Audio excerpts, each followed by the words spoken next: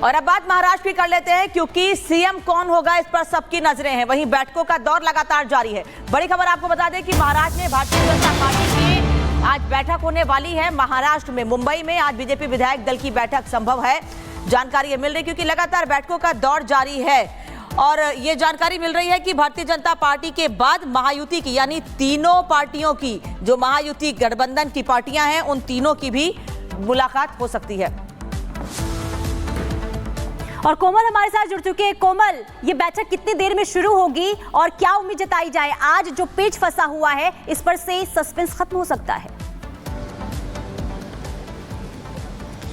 बिल्कुल, देखिए पेज की बात करें तो जीत के इतने दिन बाद भी अभी तक सीएम चेहरे को लेकर के औपचारिक ऐलान नहीं हो पाया है। लेकिन ऐसे में जो हमें जानकारी मिल रही है उसके अनुसार देखिए आज शाम तक जो है बीजेपी की बैठक हो सकती है। इसके साथ ही साथ बात करें तो कल एकनाथ शिंदे जो कि केयरटेकर सीएम है, उन्होंने भी साफ तौर पर कहा था कि आज जो है एक बैठक होगी और उस बैठक में अंतिम मुहर जो है वो बीजेपी की तरफ से लगा दिया जाएगा। यानी देखिए बीजेपी के विधायक दल की बैठक होगी, वहां पर विधायक दल का नेता चुना जाएगा। लेकिन उससे पहले देखिए एक और पेच है। सबसे पहले ऑब्जर्वर आएंगे। देखिए ऑब्जर्वर आएंगे, उनकी निगरानी में ही ये बैठक होगी और इस बैठक के बाद वहां पे विधायक दल का नेता चुना जाएगा, यानी सीएम के चेहरे पर मुहर लगेगी। इसके साथ ही साथ उसके बाद महायुति की बैठक होगी, यानी तीनों के दल के जो नेता है वो एक साथ बैठेंगे और 5 तारीख को देखिए शपथ ग्रहण समारोह का जो है वो पूरी तरह से ऐलान कर दिया गया है। ऐसे में देखिए एक बार फिर से महाराष्ट्र में बात करें तो देखिए सियासत जो है काफी ज्यादा तेज हो गई है, क्योंकि लगातार अब बैठकों का दौर, मंथन का दौर देखने को मिल रहा है। हालांकि देखिए अब मुहर जो है, अंतिम मुहर, अभी भी कयास यही लगाए जा रहे हैं कि अंतिम मुहर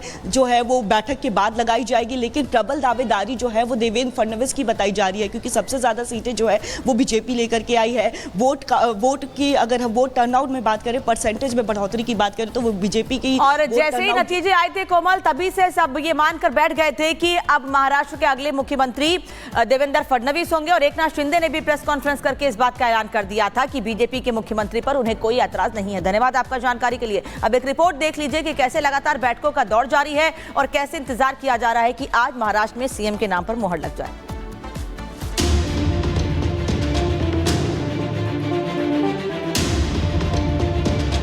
महाराष्ट्र में खत्म सियासी पहल,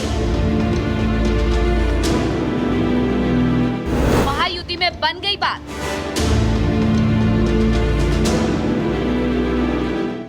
पांच तारीख को फडणवीस सरकार। बंपर जीत के बाद अब ये साफ संकेत मिल रहे हैं कि महाराष्ट्र में इस बार फडणवीस सरकार बनने जा रही है और इसे लेकर महायुति में बात भी बन चुकी है। औपचारिकता के नाम पर बस महा ऐलान होना बाकी है।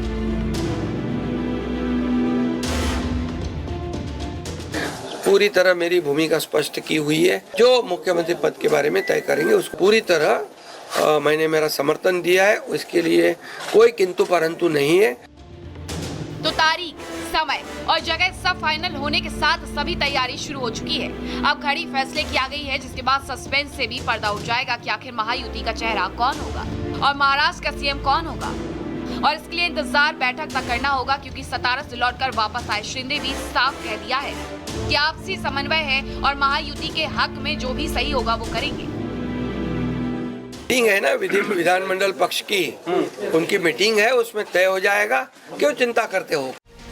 तमाम कयास और संकेत फडणवीस को सीएम बनाने के हैं। हालांकि बीजेपी की चुप्पी से सस्पेंस जरूर बढ़ा हुआ है। इस बीच डिप्टी सीएम को लेकर शिंदे के बयान ने माहौल और गर्मा दिया है। शिंदे ने अपने बेटे श्रीकांत शिंदे को डिप्टी सीएम बनाने के सवाल पर गोलमोल जवाब दिया है। तुम्हाला एकच सांगतो, या सर्व चर्चा आहेत। तो सवाल ये कि आखिर क्या फैसला होगा। तमाम संकेतों के बावजूद ये सवाल इसलिए अहम है क्योंकि गृह मंत्रालय की मांग पर एकनाथ शिंदे अब भी चुप्पी साधे हैं। गृह मंत्रालय ऑलरेडी दे दिया है। आप ही कुछ बोलोगे क्या? मुझे बात करने दो। महाराष्ट्र में गृह मंत्रालय पर पेच हो या डिप्टी सीएम की कुर्सी पर बात नहीं बन पा रही हो, लेकिन सतारा से लौटे शिंदे के बयानों से संकेत साफ है कि सीएम का चेहरा फडणवीस ही होंगे।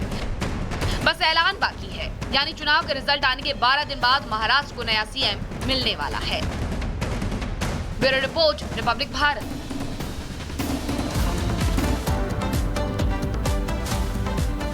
तो देखिए, हर बीते दिन के साथ उम्मीद इस बात की लगती है कि हो सकता है कि आज महाराष्ट्र के मुख्यमंत्री के नाम का ऐलान हो जाए, लेकिन ऐसा होता हुआ नजर नहीं आता है। लेकिन आखिर वजह क्या है, कहां पेच फंसती हुई नजर आ रही है, जरा ये हम आपको ग्राफिक्स के जरिए समझाते हैं। देखिए, लगातार बैठकों का दौर जारी है और 26 नवंबर की बात करें तो बात हुई थी, यानी कि प्रधानमंत्री नरेंद्र मोदी की शिंदे के साथ बात होती है और कई घंटों तक ये फोन पर बातचीत चलती है। इसके बाद शिंदे ने यह कहा कि हमारे बीच कोई भी मतभेद नहीं है और इसके बाद यानी कि 28 नवंबर को वो खुद सामने आते हैं, वो बार बार कहते हुए नजर आते हैं कि हमारे बीच कोई भी मतभेद नहीं है, जल्दी इसे लेकर फैसला लिया जाएगा। एकनाथ शिंदे दिल्ली आए और अमित शाह से मुलाकात की और इस मुलाकात के बाद उम्मीद जगी थी कि हो सकता है कि ऐलान हो जाए मुख्यमंत्री का, लेकिन उस समय भी ऐसा होता हुआ दिखाई नहीं दिया। महायुति जिसके नाम पर राजी होगा उस पर सहमति हो जाएगी, उस पर हम सहमत हैं, ये कहते हुए नजर आए थे। एकनाथ शिंदे प्रेस कॉन्फ्रेंस की थी और इसके बाद ये तमाम बड़ी बातें उन्होंने कही थी। मुंबई में महायुति की बड़ी बैठक होने वाली थी 29 नवंबर को, लेकिन ये बैठक नहीं हो पाई क्योंकि एकनाथ शिंदे अचानक से अपने गांव के लिए रवाना हो जाते हैं और इसके बाद कई सवाल उठने लगे कि क्या एकनाथ शिंदे किसी बात को लेकर नाराज है। शिंदे बैठक को छोड़कर अपने गांव सतारा चले गए और इसके बाद सियासी हलचल तेज हो गई। चर्चाओं ने जोर पकड़ा कि शिंदे फैसला नहीं ले पा रहे हैं, कहीं ना कहीं महायुति के अंदर किसी बात को लेकर मतभेद जो है वो देखने को मिल रही है, ऐसी चर्चा देखने को मिली।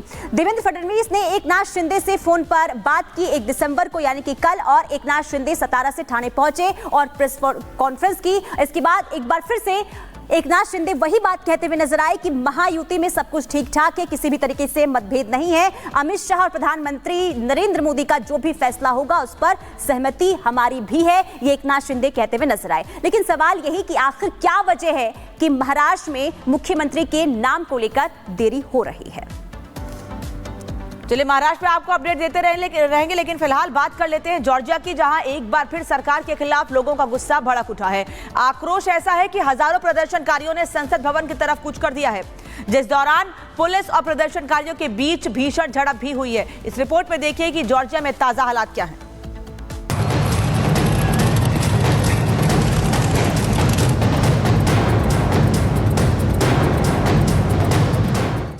जॉर्जिया में बेकाबू हुए हालात, सरकार के खिलाफ फूटा लोगों का गुस्सा, संसद भवन पर भीड़ का हमला। जॉर्जिया अगले 4 साल तक यूरोपीय यूनियन में शामिल नहीं होगा और यूरोपीय यूनियन के साथ बातचीत को 2028 तक के लिए टाल दिया गया है। ऐसे में सरकार का ये फैसला वहां के लोगों को रास नहीं आ रहा। सरकार के इस फैसले को लेकर लोगों में काफी गुस्सा है और सरकार के खिलाफ लोग सड़कों पर उतर आए हैं। इस दौरान हजारों प्रदर्शनकारियों ने संसद की तरफ कूच कर दिया। पुलिस ने प्रदर्शनकारियों को संसद के भीतर घुसने से रोका। इस वक्त पुलिस और प्रदर्शनकारियों के बीच जबरदस्त झड़प देखने को मिली। प्रदर्शनकारियों ने पुलिस की तरफ आतिशबाजी कर दी।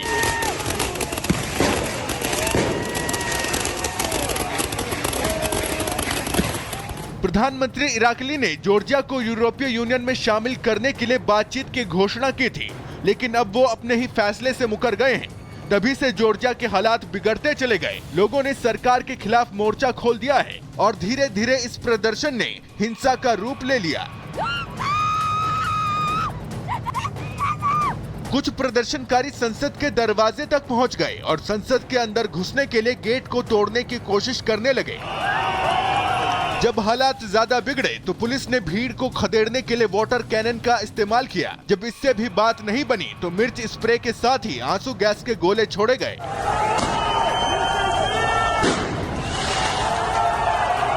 अब आपको प्रदर्शन के पीछे की वजह बताते हैं। जॉर्जिया के ज्यादातर लोग यूरोपीय यूनियन में शामिल होने का समर्थन करते हैं। इसको लेकर पीएम कोबाखिदजे ने ईयू में शामिल होने का वादा किया था, लेकिन अब जॉर्जिया 2028 तक ईयू में शामिल नहीं होगा, जिसके बाद से पीएम कोबाखिदजे के इस फैसले का विरोध हो रहा है। पीएम ने इसी वादे के दम पर दोबारा सत्ता में वापसी की थी। पीएम कोबाखिदजे पर चुनाव में धांधली का भी आरोप लगा था। यही वजह है कि जो वादा प्रधानमंत्री कोबाखिदजे ने लोगों से किया था वो उस पर खरे नहीं उतर पा रहे हैं, और जब वो अपने फैसले से पीछे हट चुके हैं तो लोगों ने भी सरकार के खिलाफ मोर्चा खोल दिया है। Bureau report, Republic Bharat. चलिए आगे बढ़ते हैं, बात कर लेते हैं सीरिया की। अबू अजरैल सीरिया की सेना को जीवन दान देगा। अबू अजरैल को अलकायदा समेत दूसरे आतंकी संगठन कुल्हाड़ी वाला कातिल के नाम से जानते हैं। भले ही अलकायदा समर्थित गुट हयात तहरीर अल शम के ये लड़ाके अलेपो शहर में इस वक्त कहर बरपा रहे हों, लेकिन उन्हें जल्द ही अपनी इस गलती का एहसास होने वाला है। वो ये सोचने पर मजबूर हो जाएंगे कि उन्होंने अलेपो पर हमला करने की भूल आखिर क्यों की, क्योंकि उन्हें इस गलती का जवाब देने के लिए कुल्हाड़ी वाला जो कातिल और उसकी फौज अलेपो पहुंच चुकी है। रिपोर्ट देखें।